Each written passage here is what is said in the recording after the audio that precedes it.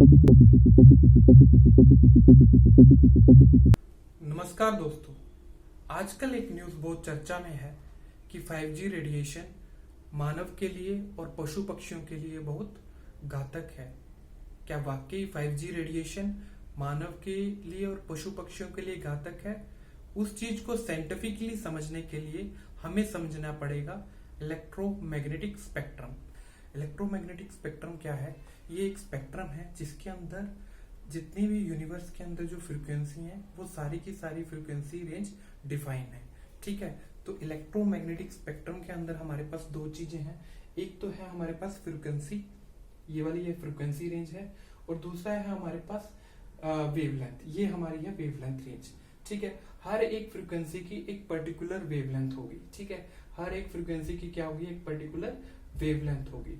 तो इस स्पेक्ट्रम को समझने से पहले हमें क्या समझना होगा कि फ्रीक्वेंसी क्या होती है और वेवलेंथ क्या होती है। फ्रीक्वेंसी बेसिकली होता क्या है फ्रीक्वेंसी की डेफिनेशन? फ्रीक्वेंसी की डेफिनेशन है number of cycle in a per second is known as a frequency. ठीक है, कोई भी वेव है उस वेव के दो पार्ट होंगे, मतलब कोई भी जितनी भी यूनिवर्स के अंदर वेव्स है उसके अंदर दो पार्ट होंगे। एक पार्ट होगा पॉजिटिव ये वाला और दूसरा होगा नेगेटिव। ठीक है, तो ये कंप्लीट पॉजिटिव और नेगेटिव से हमारी एक वेव बनेगी, तो एक साइकिल बनेगा एक वेव का। ठीक है, इसको बोलते हैं, इस एक्सिस को एम्पलीट्यूड एक्सिस, इस एक्सिस को बोलते हैं टाइम एक्सिस। ठीक है, तो क्या है, इस एम्पलीट्यूड को बोलते हैं हम क्रेस्ट, इस पॉजिटिव एम्पलीट्यूड को बोलते हैं हम क्रेस्ट, इस नेगेटिव एम्पलीट्यूड को बोलते हैं हम ट्रफ। ठीक है, तो जो हमारा कितना नंबर ऑफ साइकिल एक सेकेंड के अंदर कोई ट्रांसमिट करेगा या कोई रिसीव करेगा उसे बोलते हैं उसकी फ्रीक्वेंसी। तो फ्रीक्वेंसी क्या होगी हमारी? Number of cycle in a per second is known as frequency. तो इस वेव के अंदर कितने साइकिल हैं हमारे पास? इस वेव के अंदर हमारे पास दो साइकिल हैं। ठीक है, फर्स्ट साइकिल यहाँ पे स्टार्ट हुआ, यहाँ से स्टार्ट हुआ, यहाँ पे खत्म हो गया। फिर सेकेंड साइकिल यहाँ से स्टार्ट हुआ, यहाँ पे खत्म हो गया। तो मुझे अगर इस वेव की फ्रीक्वेंसी निकालनी है तो कितनी फ्रीक्वेंसी आएगी मेरी? 2 साइकिल पर सेकेंड। ठीक है, ये हो गया फ्रीक्वेंसी। अब समझते हैं कि ये वेवलेंथ क्या होती है। वेवलेंथ क्या होती है? बेसिकली जो ये हमारा पॉजिटिव पार्ट है, ये हमारा नेक्स्ट साइकिल का पॉजिटिव पार्ट है। ठीक है, अगर मैं इन दोनों का पीक देखता हूं तो ये मेरा इन दोनों पॉजिटिव साइकिल का पीक पॉइंट है। ठीक है, जो पीक पॉइंट का जो डिस्टेंस होगा 2 कंसेक्यूटिव क्रस्ट और 2 consecutive trough is known as a wavelength. जो डिस्टेंस होगा, ठीक है, the successive distance between 2 consecutive crest और 2 consecutive trough is known as a wavelength. ठीक है, अब हमें पता लग गया कि वेव की फ्रीक्वेंसी किसको बोलते हैं, वेवलेंथ किसको बोलते हैं। अब हम इसको समझते हैं इस इलेक्ट्रोमैग्नेटिक स्पेक्ट्रम को।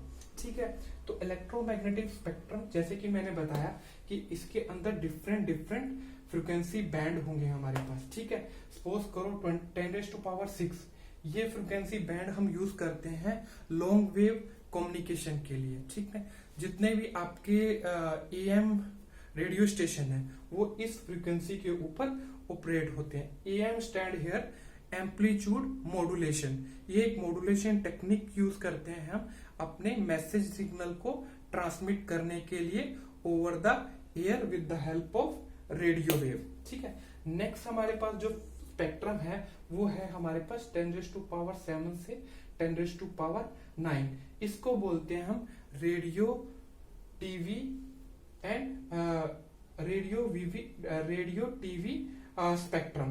तो जितने भी आपके FM रेडियो स्टेशन है, टीवी रेडियो स्टेशन है, सैटेलाइट टीवी रेडियो स्टेशन है, वो सारे के सारे इसी फ्रीक्वेंसी बैंड के ऊपर ऑपरेट करते हैं। ठीक है, फर्दर ये जो रेडियो और टीवी बैंड है ये डिवाइडेड है डिफरेंट फ्रीक्वेंसीज के ऊपर, डिफरेंट बैंड के ऊपर। Like ultra high frequency range इसको बोलेंगे, वेरी अल्ट्रा हाई फ्रीक्वेंसी इस रेंज को बोलेंगे, लो हाई फ्रीक्वेंसी रेंज इसको बोलेंगे। Very low high frequency range है ये वेरी हाई फ्रीक्वेंसी रेंज है, ये अल्ट्रा हाई फ्रीक्वेंसी रेंज है। ठीक है, उसके बाद आता है हमारे पास नेक्स्ट स्पेक्ट्रम आता है 10⁻10 10⁻11। इस स्पेक्ट्रम को बोलते हैं माइक्रोवेव स्पेक्ट्रम। तो जितने भी हमारे माइक्रोवेव डिवाइसेस हैं वो ये फ्रीक्वेंसी यूज करते हैं 10⁻10 to 10⁻11। ठीक है, तो जैसा कि हम जानते हैं कि घरों में हम माइक्रोवेव ओवन यूज करते हैं। ठीक है, वो जो माइक्रोवेव ओवन है वो एक इस माइक्रोवेव फ्रीक्वेंसी पे काम करता है। ठीक है, नेक्स्ट हमारे पास जो स्पेक्ट्रम है वो है मोबाइल कम्युनिकेशन के लिए। वो कौन सा है 10⁻11 to 10⁻12। जितनी भी हमारे पास सेलुलर टेक्नोलॉजी आज तक डेवलप हुई है like 2G 3G 4G 5G, वो सारी की सारी मोबाइल टेक्नोलॉजी इस फ्रीक्वेंसी बैंड पे काम करते हैं 10⁻11 10⁻12। ठीक है, उसके बाद हमारे पास आती है फ्रीक्वेंसी रेंज 10⁻12 to 10⁻13। इस फ्रीक्वेंसी रेंज को बोलते हैं थर्मल IR। थर्मल IR क्या होता है basically? Thermal IR stand for infrared rays. जितने भी हमारे सर्विलेंस कैमरा होते हैं, मॉनिटरिंग कैमरास होते हैं, नाइट विजन कैमरास होते हैं, वो सारे के सारे इसी फ्रीक्वेंसी के ऊपर ऑपरेट करते हैं। वो कौन सी फ्रीक्वेंसी होती है 10⁻12 to 10⁻13 hertz. Okay, next frequency है हमारे पास 10⁻13 to 10⁻14। वो फ्रीक्वेंसी है हमारी IR की। IR stand for infrared rays. ठीक है, जितने भी हमारे घरों में इक्विपमेंट है लाइक टीवी है, अपना AC है, वो उन सबको हम किससे ऑपरेट करते हैं? रिमोट से ऑपरेट करते हैं। तो रिमोट जो फ्रीक्वेंसी यूज करता है टीवी से कम्युनिकेशन करने के लिए, AC से कम्युनिकेशन करने के लिए, वो कौन सी फ्रीक्वेंसी यूज करता है 10⁻13 to 10⁻14। ठीक है, नेक्स्ट हमारे पास जो स्पेक्ट्रम है 10⁻14 to 10⁻15, वो है हमारा विजिबल लाइट। आपको भी पता है विजिबल लाइट क्या है, जिसकी हेल्प से हम देख सकते हैं। तो विजिबल लाइट हमें देखने के लिए मदद करती है। तो ये जो स्पेक्ट्रम है क्या वो विजिबल लाइट का स्पेक्ट्रम है। ठीक है, जो इसकी वेवलेंथ है वो माइक्रोमीटर में फॉल करती है। ठीक है, नेक्स्ट हमारे पास जो फ्रीक्वेंसी स्पेक्ट्रम है 10⁻15 to 10⁻16, ये है अल्ट्रा वायलेट रेज का। ठीक है, अल्ट्रा वायलेट रेज क्या होती है? ये जो रेज होती हैं ये बेसिकली स्किन इफेक्ट होता है इससे, ये कैंसर कॉजिंग होती हैं और इससे आई ब्लाइंडनेस भी हो सकता है, आंखों की रोशनी भी जा सकती है। तो ये अल्ट्रा वायलेट रेंज जो फ्रीक्वेंसी होती है, अल्ट्रा वायलेट रेज की फ्रीक्वेंसी होती है 10⁻15 to 10⁻16। ठीक है, नेक्स्ट फ्रीक्वेंसी है हमारे पास एक्सरे। एक्सरे की जो फ्रीक्वेंसी है वो है 10⁻17 to 10⁻18। ठीक है, एक्सरे हमें पता है वो मेडिकल साइंस में हम यूज करते हैं basically to determine the fracture, कि अगर किसी आदमी को फ्रैक्चर हो गया है तो डॉक्टर बेसिकली एक्सरे की हेल्प से चेक करता है कि वो फ्रैक्चर कितना है, कैसा है। ठीक है, नेक्स्ट हमारे पास रे है 10⁻19। ये रे है gamma rays. Gamma rays is most dangerous rays in the universe. सबसे खतरनाक रेज है जो गामा रेज है। ठीक है, कैंसर कॉजिंग एलिमेंट है। ठीक है, अब समझते हैं कि कैसे कौन सी फ्रीक्वेंसी इस हमारे लिए हार्मफुल है, कौन सी फ्रीक्वेंसी हमारे लिए हार्मफुल नहीं है। ठीक है, तो इस इलेक्ट्रोमैग्नेटिक स्पेक्ट्रम को क्या किया है हमने, फर्दर दो भागों में डिवाइड किया हुआ है। वो कौन कौन से दो भाग हैं? एक तो है हमारा पार्ट, एक रेडिएशन पैटर्न भाग है, जिसके अंदर जितने भी रेडिएशन है वो आयनाइजिंग रेडिएशन है।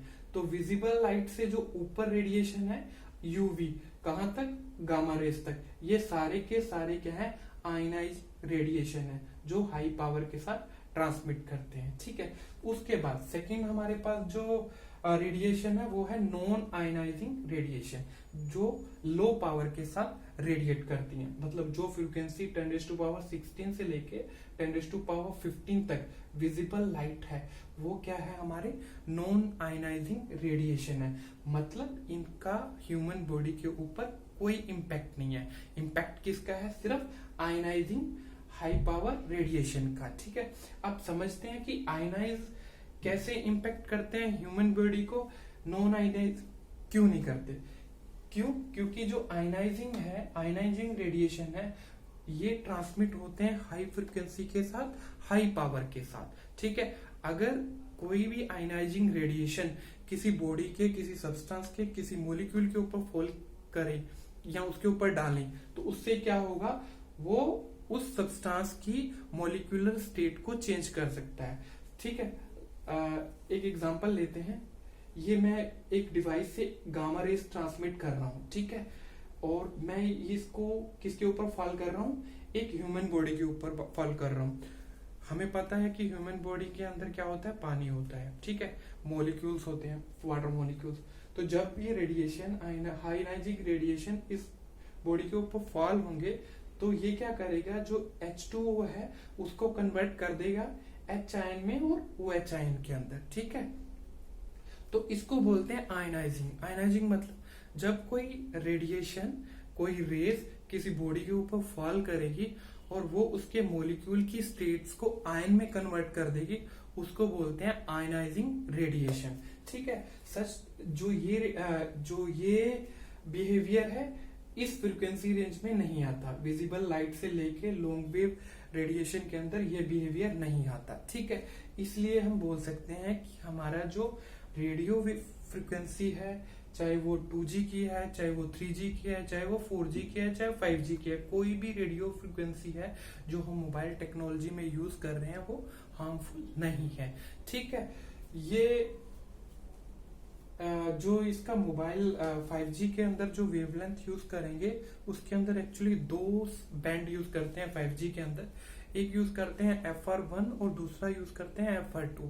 FR1 है हमारा लो फ्रिक्वेंसी, FR2 है हमारा हाई फ्रिक्वेंसी, ठीक है। तो FR1 है जो सब 6 है और सब 6 बैंड है, और जो FR2 है वो हमारा मिलीमीटर वेव है। तो एक फंडा तो क्लियर हो गया कि जो हमारा जो रेडियो वेव है उसका ह्यूमन बॉडी के ऊपर कोई इम्पैक्ट नहीं है according to this electromagnetic spectrum, ठीक है। तो ये हमारे फिजिक्स ने बनाया है, फिजिक्स की देन है जिससे हम ये चीजों को समझ रहे हैं कि कौन सी फ्रीक्वेंसी हमारे लिए हार्मफुल है, कौन सी फ्रीक्वेंसी हमारे लिए हार्मफुल नहीं है, ठीक है। तो ये था कि मोबाइल एक्चुअल में काम कैसे करता है। मोबाइल बेसिकली ये मोबाइल स्टेशन है, ये मोबाइल टावर है, ठीक है। ये मोबाइल टावर और मोबाइल स्टेशन एक रेडियो वेव यूज करते हैं फॉर कम्युनिकेशन, ठीक है, ओवर द एयर इंटरफेस, ठीक है। ये हमारा एयर इंटरफेस है, इसके कम्युनिकेट करने के लिए क्या यूज कर रहे हैं, रेडियो वेव। ये रेडियो वेव किस स्पेक्ट्रम से लेते हैं, जो स्पेक्ट्रम हमारा स्पेसिफाइड है मोबाइल कम्युनिकेशन के लिए 10⁻11 10⁻12, ठीक है। सेकंड थिंग, जितने भी मोबाइल टावर होते हैं 2G 3G 4G, एक्चुअली वो ट्रांसमिट तो हाई फ्रिक्वेंसी के साथ करते हैं but transmitting with A low power, ठीक है। ये विद लो पावर के साथ ट्रांसमिट करते हैं, ठीक है। सिमिलरली हमारा जो मोबाइल डिवाइसेस होता है वो ऑपरेट करता है कितने 4 to 7 वोल्ट डीसी पे ऑपरेट करता है, ठीक है। तो जो हायर फ्रिक्वेंसी होती है अगर वो किसी लो पावर के साथ ट्रांसमिट करें तो उसका कोई इम्पैक्ट नहीं होता ह्यूमन बॉडी के ऊपर, ठीक है। न्यूज ये भी चर्चा का विषय बनी हुई है कि जो 5G टेक्नोलॉजी है उसका जो रेडियो वेव होगा वो हाई फ्रिक्वेंसी का होगा, ठीक है। तो हाई फ्रिक्वेंसी से रेडिएशन ज्यादा होगा जो ह्यूमन बॉडी को और पशु पक्षियों को इम्पैक्ट करेंगे, ठीक है। तो with the help of this electromagnetic spectrum हम समझेंगे कि वाकई हाई फ्रिक्वेंसी का हमारी बॉडी पे कोई इम्पैक्ट है या नहीं है, ठीक है। तो मैं एग्जांपल लेता हूँ विजिबल लाइट का।